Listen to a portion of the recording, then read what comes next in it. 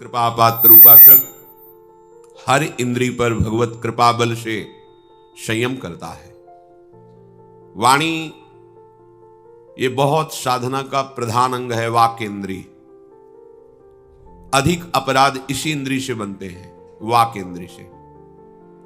हम अपनी वाणी को यदि संयम में नहीं रखें तो निरंतर नाम जप नहीं कर पाएंगे। हम अपनी वाणी से यदि प्रपंच वार्ता करेंगे तो नाम में रुचि नहीं होगी, प्रभु की लीला में प्रीति नहीं होगी, प्रभु पराये से लगेंगे, होंगे कोई प्रियालाल, ऐसा अनुभव होगा आपको।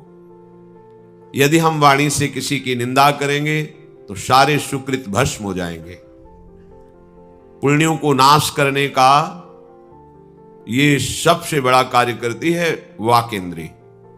व्यर्थ में किसी की निंदा करके अपने पुण्यों का नाश करा देती है। वाणी का बहुत बड़ा योगदान है भगवत प्राप्ति में, इसीलिए प्रायः परमहंस महापुरुष मूक हो जाते हैं, वाणी होते हुए भी से मौन में स्थित कर देते हैं। अपने को भी चाहिए, श्री ध्रुवदास जी कह रहे, ताते मौन गहनो उचित है, मौन के द्वारा वाणी का संयमन करें। बहुत जल्दी सुकृत नष्ट होते हैं। सुकृत कमाना बहुत कठिन है, गंवाने में 1 मिनट लगता है। एक बार महाराज ययाति, जो भगवान श्री कृष्ण के पूर्वज कहलाने का सौभाग्य प्राप्त किए, अपने पुण्य बल से स्वर्ग के विविध लोकों में स्वर्ग सुख भोग रहे थे। बहुत काल व्यतीत हुआ। महाभारत की कथा है, भगवान व्यासदेव जी ने रचना की है।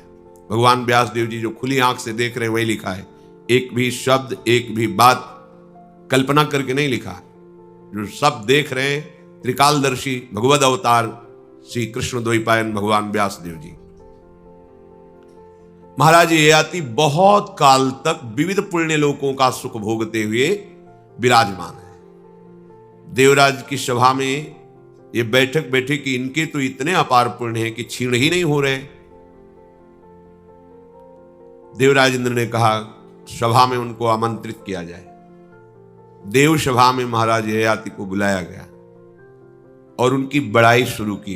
देवराज इंद्र ने चतुरता देखना और बचना अपने भजन को बचाने के लिए ये सूत्र अपने हृदय में बैठा लिए।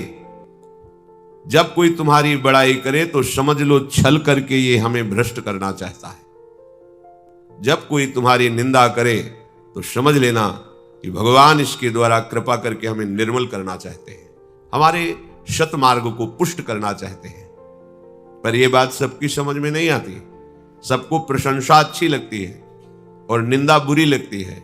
वो सब संसार के भाव वाले होते हैं। जो भगवत मार्ग का पथिक है वो सम्मान निरादर आदर है। आदर हो या निरादर हो कोई फर्क नहीं, वो अपने मार्ग में चलता है। महाराज ययाति को बड़ा अच्छा लगने लगा कि देवराज इंद्र की त्रिभुवनपति की सभा में हमारा यशगान हो रहा है।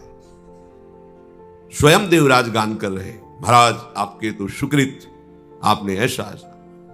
तो आपने क्या ऐसा किया कि आज तक आप स्वर्ग में टिके हुए, आपके पुण्य क्षीण नहीं हुए? आप ध्यान दीजिए, प्रशंसा जब सुनी जाती है तो उसमें बड़ा भारी दोष उत्पन्न होता है। अगर हमें प्रशंसा अच्छी लगने लगी तो वो हमारे सुकृत नष्ट करती है और हमारे अंदर अहम बढ़ा देती है। ये बहुत घातक रोग है भगवत प्राप्ति के मार्ग के उपासक के हृदय में। जब आपकी किसी भी सेवा की, भजन की, भागवतिक वृत्ति की बड़ाई होने लगे तो कान में अंगुली डालो, ना सुनो अपनी प्रशंसा, नहीं तो आपके सुकृत क्षीण होंगे और अहम बढ़ जाएगा। जिस अहम रूपी रोग का हम नाश करने में लगे हैं परमार्थ के बल से, वही बढ़ जाएगा।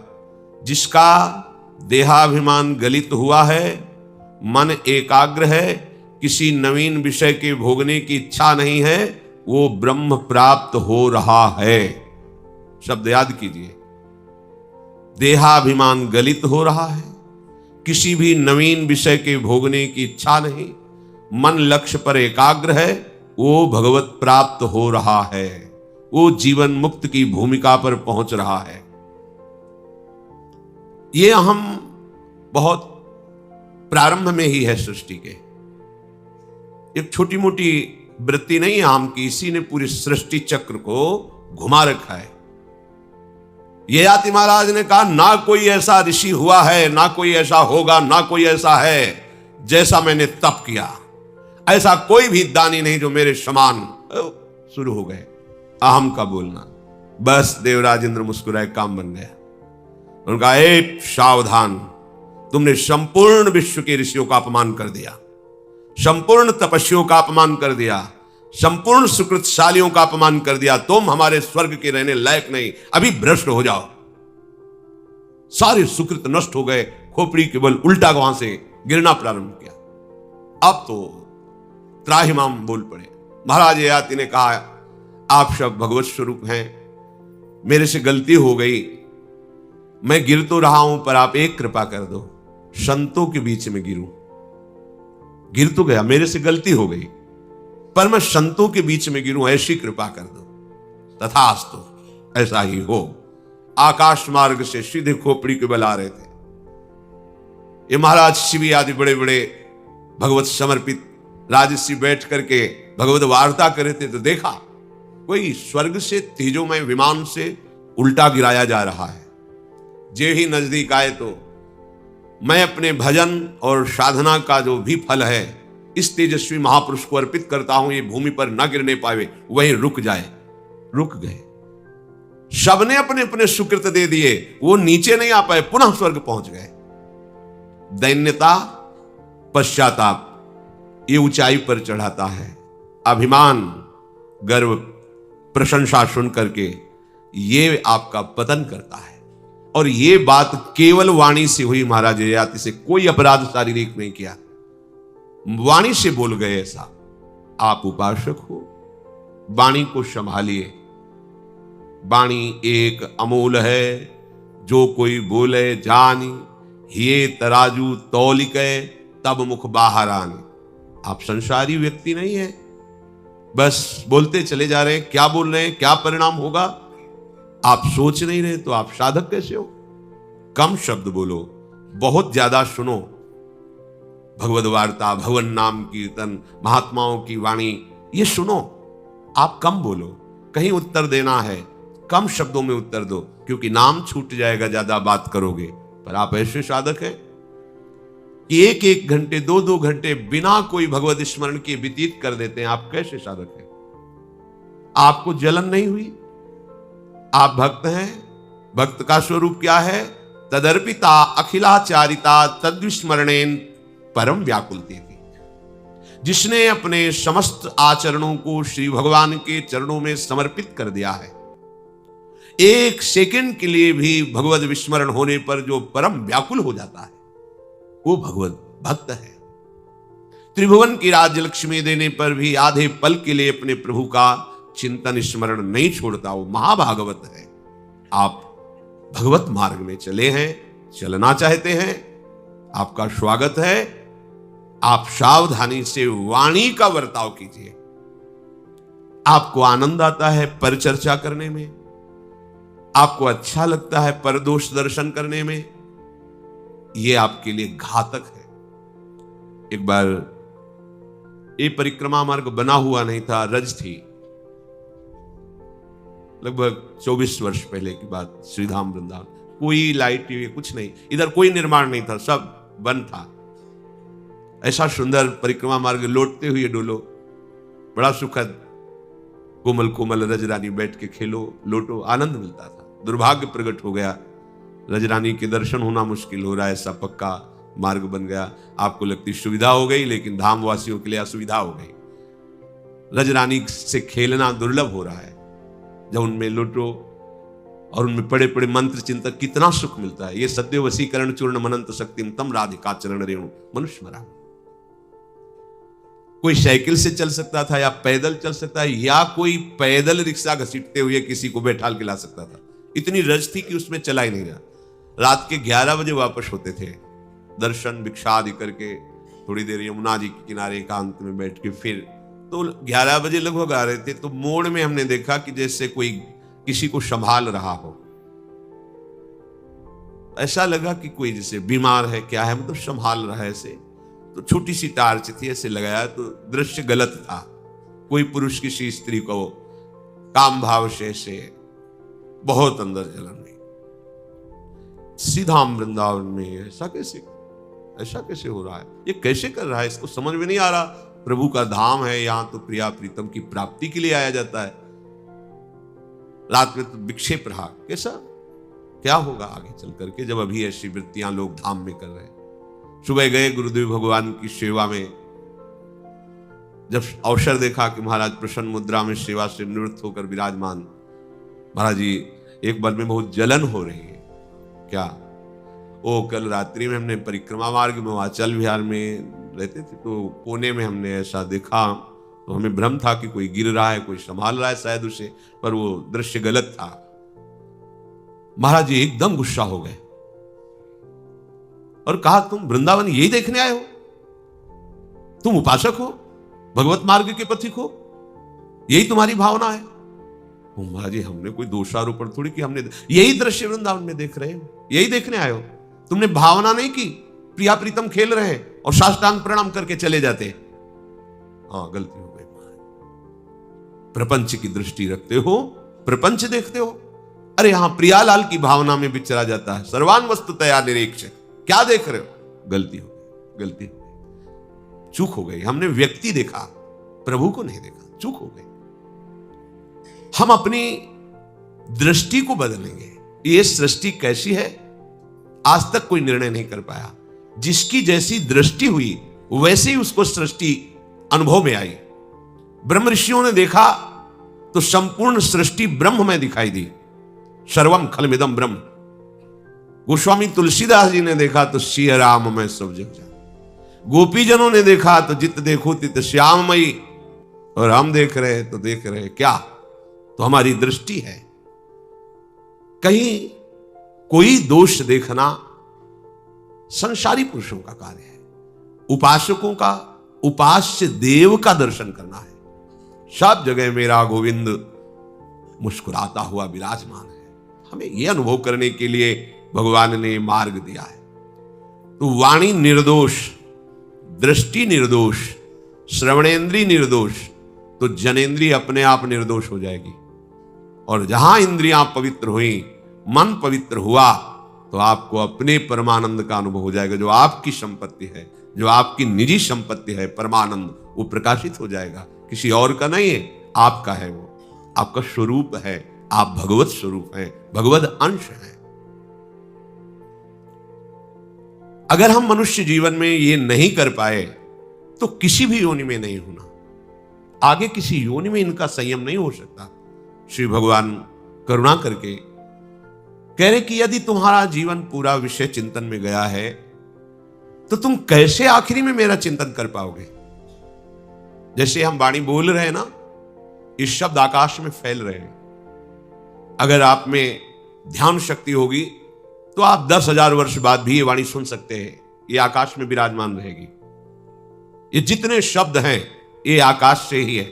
आकाश, तन्मात्रा, शब्द, ये शब्द सब जमा है। ऐसे ही आप जो जो सोच रहे हैं वो सब जमा है आपका, नष्ट नहीं होता। नष्ट होता है भजन करने से। भजन करने से आपकी जितनी अशुभ धारणाएं, पाप प्रवृत्तियां, दुर्गति, दुख, अशांति प्रदान करने वाली चेष्टाएं, ये सब भस्म हो जाती केवल भजन से। दूसरा कोई उपाय नहीं। दान पुण्य से नहीं, वो एक अलग विभाग हो गया। पाप अलग विभाग, पुण्य अलग विभाग। लेकिन ये भजन विभाग नहीं है। दोनों विभागों को भस्म करके भगवत प्राप्ति करा, एकमात्र भजन। श्री भगवान कह रहे, यम यम वापि स्मरन् भावम त्यजन्त्यन्ते कलेवरम तम तमेवैति कौन्तेय सदा तद्भाव भावितः। हे कुंती नंदन अर्जुन, मनुष्य जो जो जीवन में करता है वो सब उसका विराजमान रहता है। ये मत सोचो कि 5 मिनट पहले आपने जो कृत्य किया कोई जाना नहीं, खत्म नहीं हो गया।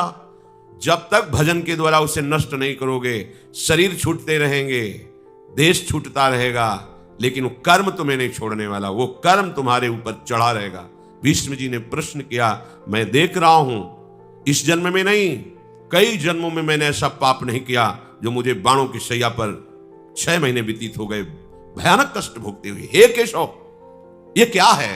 तो उनका और आगे बढ़ो, 100 जन्म के ऊपर देखो, ये कृत्य तुम्हारा है, उसका दंड मिला। सोचो, बाल ब्रह्मचारी महावैष्णव भीष्म जी को 100 जन्म के ऊपर का दर्शन करा के किए, उसका फल, हमारी दुर्गति क्या होगी? ये सब कर्म सुरक्षित है। आप ऐसा ना सोचें कि जो अभी तक हम 50 वर्ष में, 40 वर्ष में या 30 वर्ष में कराए, सब व्यवस्था पूरी की पूरी भंग करने की या सजाने की आपकी सारी चेष्टाएं जमा है वहां, वो आपको भोगना पड़ेगा। भगवान के वचन है, अवश्यमेव भोक्तव्यम कृतम कर्म शुभा अशुभम। ये शुभ अशुभ कर्म तुम्हें अवश्य भोगने पड़ेंगे। मर गए फिर तो कभी नहीं निपटा पाएंगे भोग भोग के।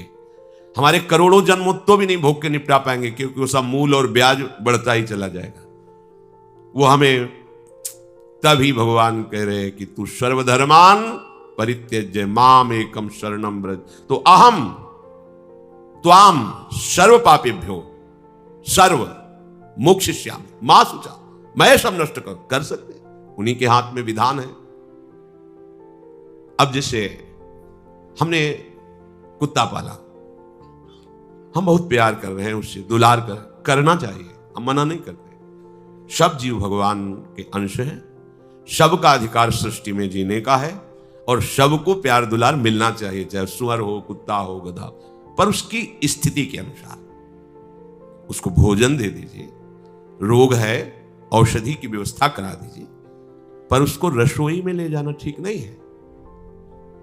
हम देखते हैं ना, जैसे लिया चूम रहे हो, चाट रहे हो, गले लगा रहे हो, सब में भगवान है, हम इसमें संशय नहीं करते, पर भगवान ने व्यवस्था की है, शास्त्र प्रमाण के अनुसार चलना पड़ेगा।